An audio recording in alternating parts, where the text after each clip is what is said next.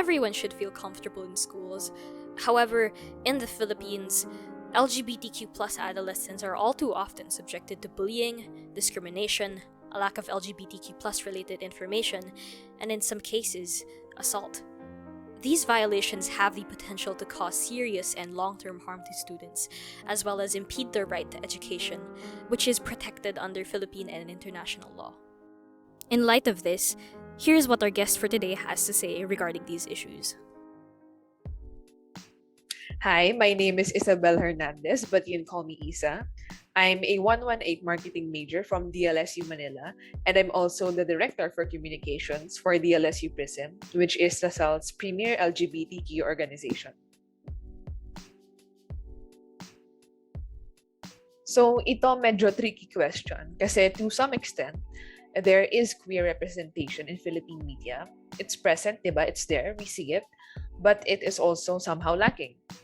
It is limited in a way that hindi pinapakita yung full extent, yung full story of people in the spectrum. And parang pili lang yung portrayals and depictions sa mga show and mga film.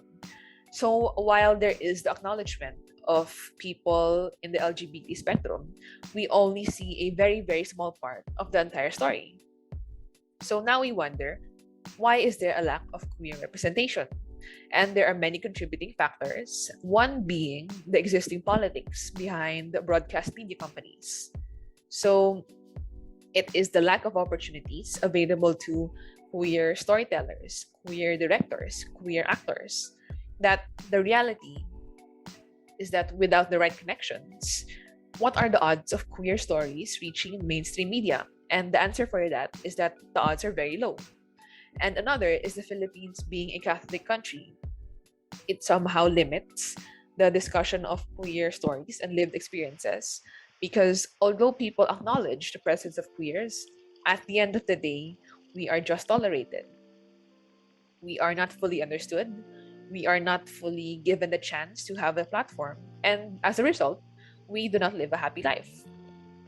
And in fact, the few films that do make it to mainstream media are the lucky ones that have backers, they have the funding, and they have the privilege and the resources, and that they have been years and years in the making. So it's very discouraging, especially for queer storytellers. And as I imagine, most of them give up on writing and working on their projects or scripts because of the very low chance that their projects will be published or released. So what happens is that when queer stories and lived experiences are limited like this, all that is left are the stereotypical depictions wherein, for example, gays exist as just a sidekick or just as a comic relief in the film, diba? And this is a problem because if the stories are not told correctly, people still judge you based on the single character that they see on TV. So as we see, it's a very complex manner.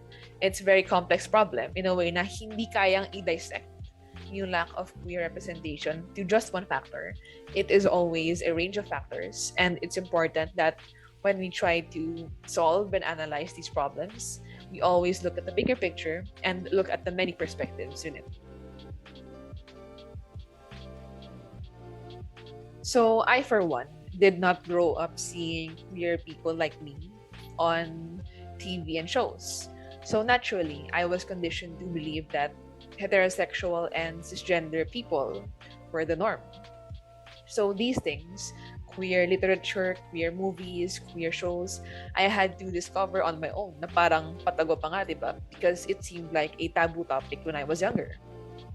And relating to queer characters, I would have loved to have a queer role model growing up.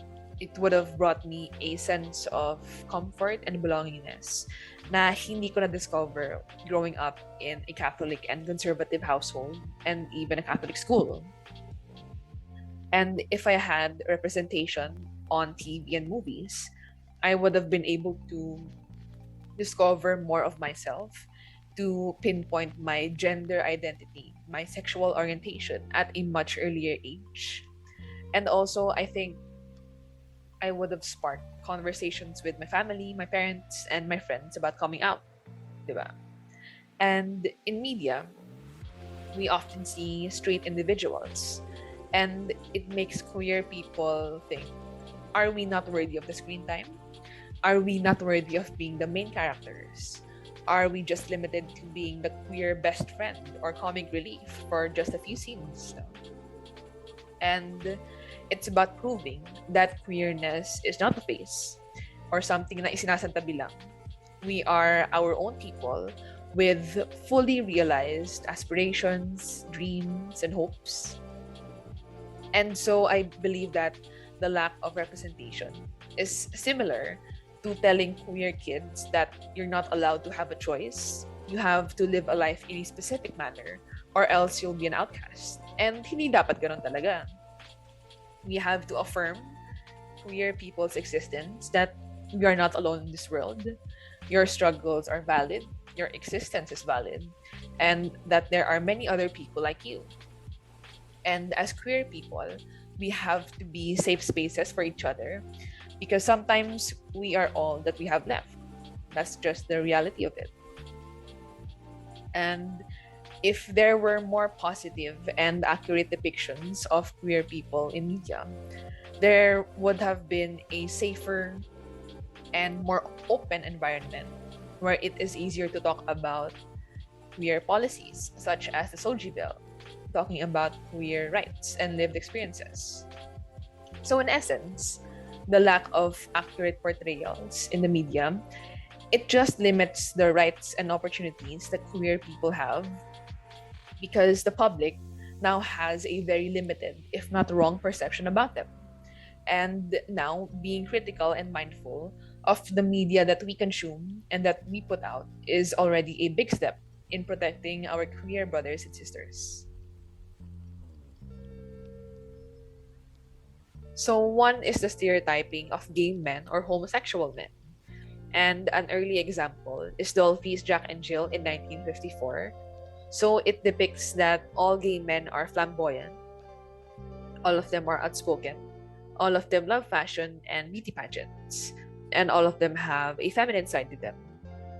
So more than often, this specific character is created to be the sidekick or the best friend to the main character.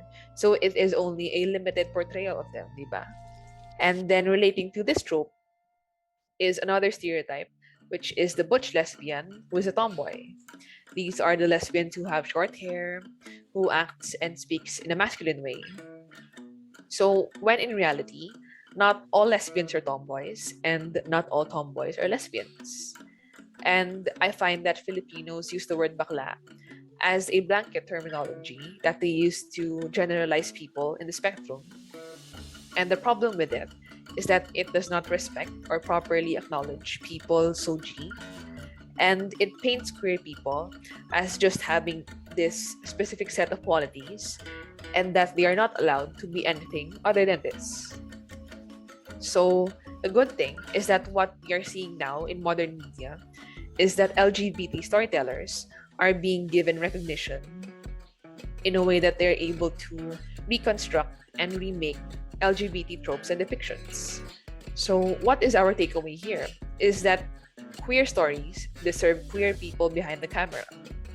We deserve queer people writing the script, acting in front of the camera, because this is the only way that we are able to create real and authentic stories that are actually worth watching.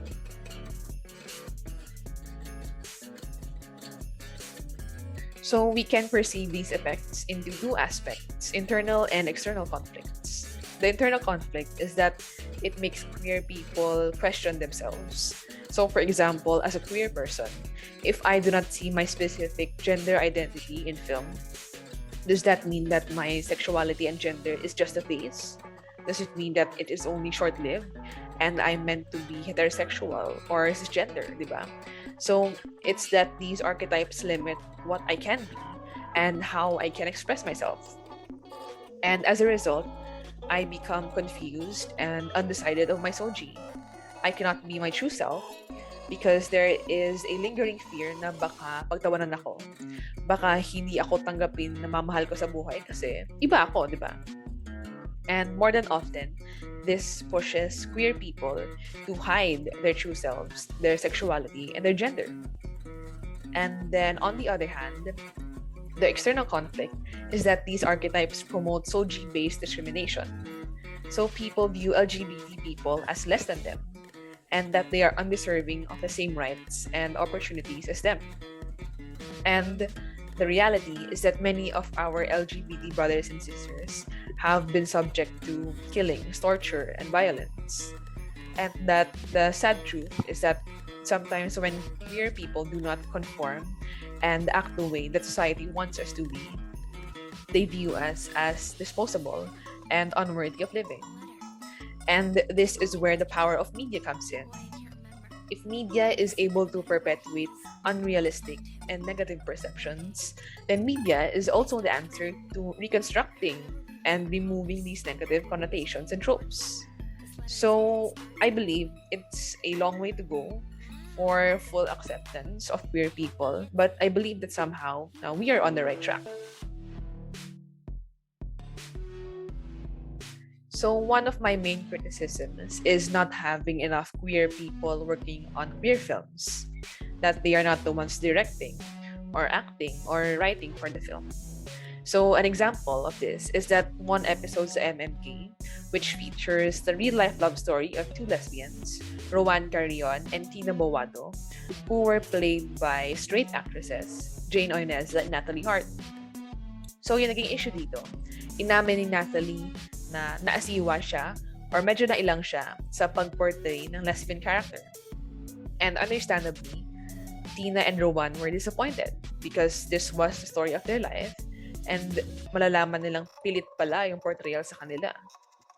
So the key point here is that there are many more deserving actors that would take queer roles and represent them the right way.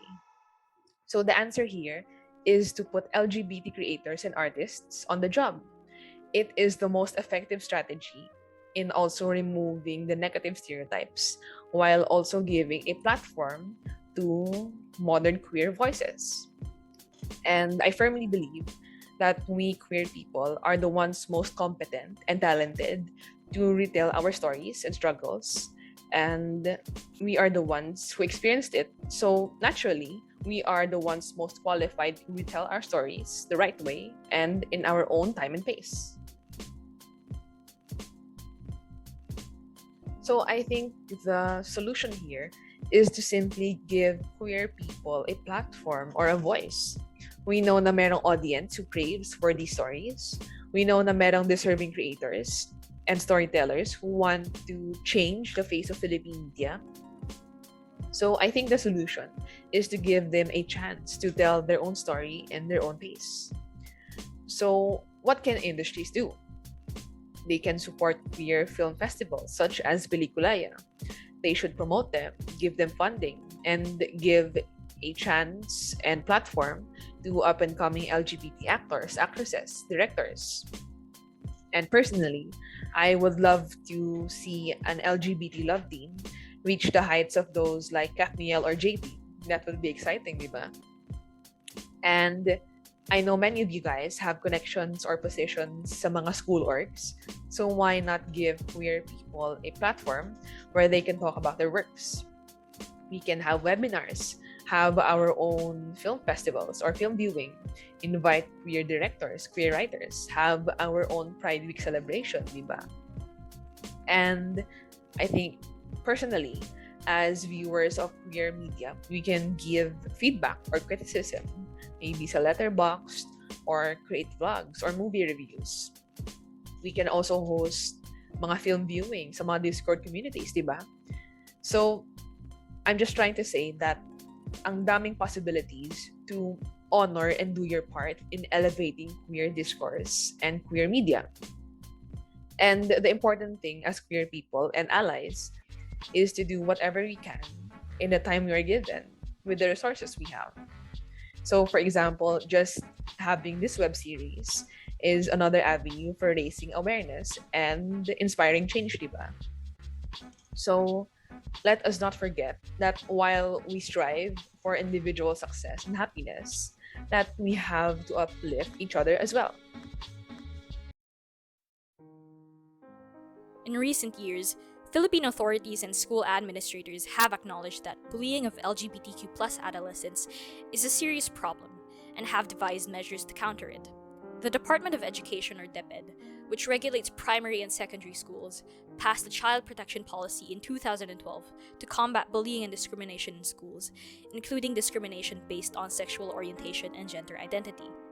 The Anti-Bullying Law of 2013 was passed the following year, together with implementing rules and regulations, which list sexual orientation and gender identity as forbidden grounds for bullying and harassment.